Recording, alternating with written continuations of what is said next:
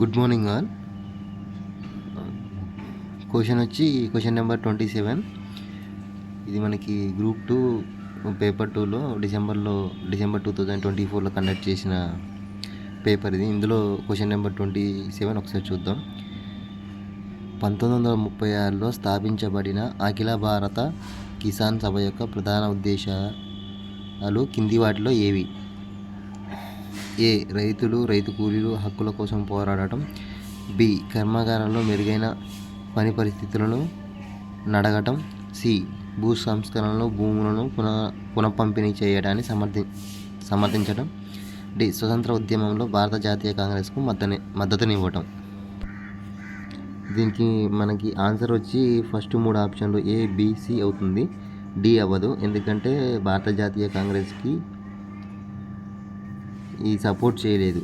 మనకి 1936లో ఏ అఖిల భారత కిసాన్ సభ ఏబికేఎస్ అనేది మన జాతీయ కాంగ్రెస్కి సపోర్ట్ చేయలేదు. ఒకసారి నేను బైఫర్గేషన్ ఈ ఆన్సర్లు ఏ విధంగా కరెక్ట్ అవుతున్నాయి అనేది నేను ఒకసారి బైఫర్గేషన్ ఇస్తే చూడండి.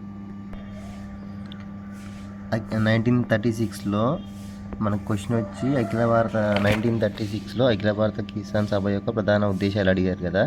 అసలు అఖిల భారత కిసాన్ సభ ఎప్పుడు, ఎక్కడ జరిగింది అనే విషయాలు మనకు తెలిస్తే కింద పాయింట్స్కి మనం ఆన్సర్ చేయొచ్చు. అఖిల భారత కిసాన్ సభ అనేది మనకి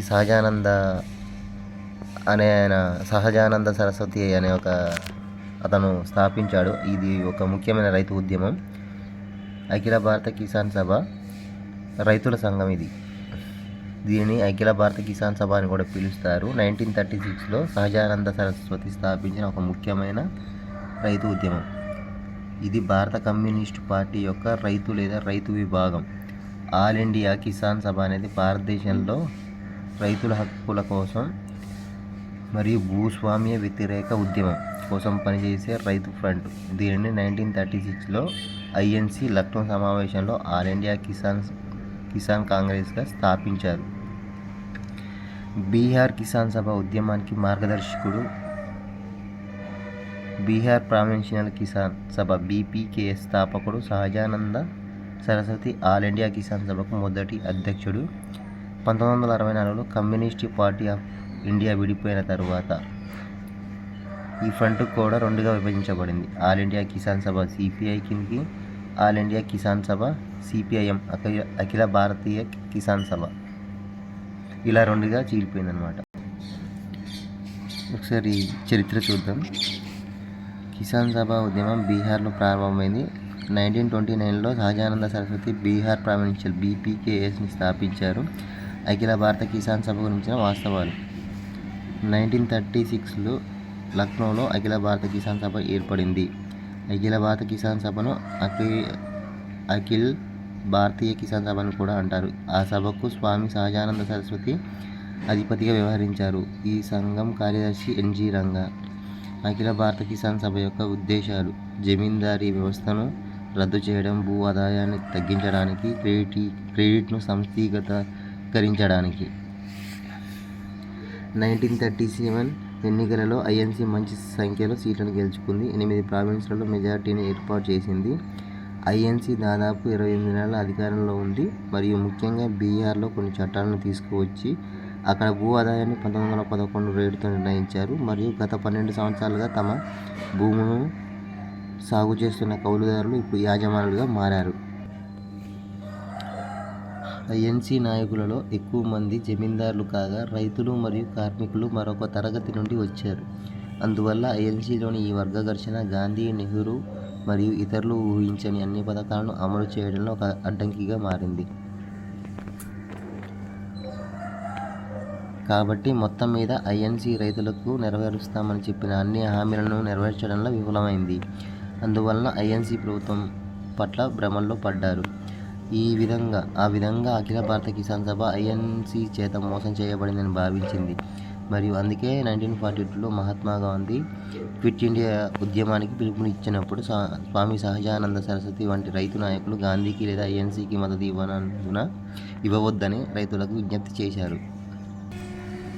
రైతు ఉద్యమంలో సోషలిస్టులు మరియు కమ్యూనిస్టులు ఆధిపత్యం చెలాయించడం ప్రారంభించారు. మరియు ఐఎన్సి హరిపురా సమావేశంలో ఐఎన్సి మరియు ఏఐకేఎస్ మధ్య విభేదాలు స్పష్టంగా కనిపించాయి. 1942 మే నెలలో దేశవ్యాప్తంగా ఉన్న అఖిల భారత కిసాన్ సభను సిపిఐ స్వాధీనం చేసుకుంది. 1964లో భారత కమ్యూనిస్టు పార్టీ చీలిక తర్వాత ఏఐకేఎస్ పేరుతో ప్రస్తుతం 2 సంస్థలు పనిచేస్తున్నాయి. అఖిల భారత కిసాన్ సభ భారత కమ్యూనిస్టు పార్టీ రైతు విభాగం, అఖిల India Kisan Sabha communist party of India మార్క్సిస్టులు రైతు ఫ్రంట్.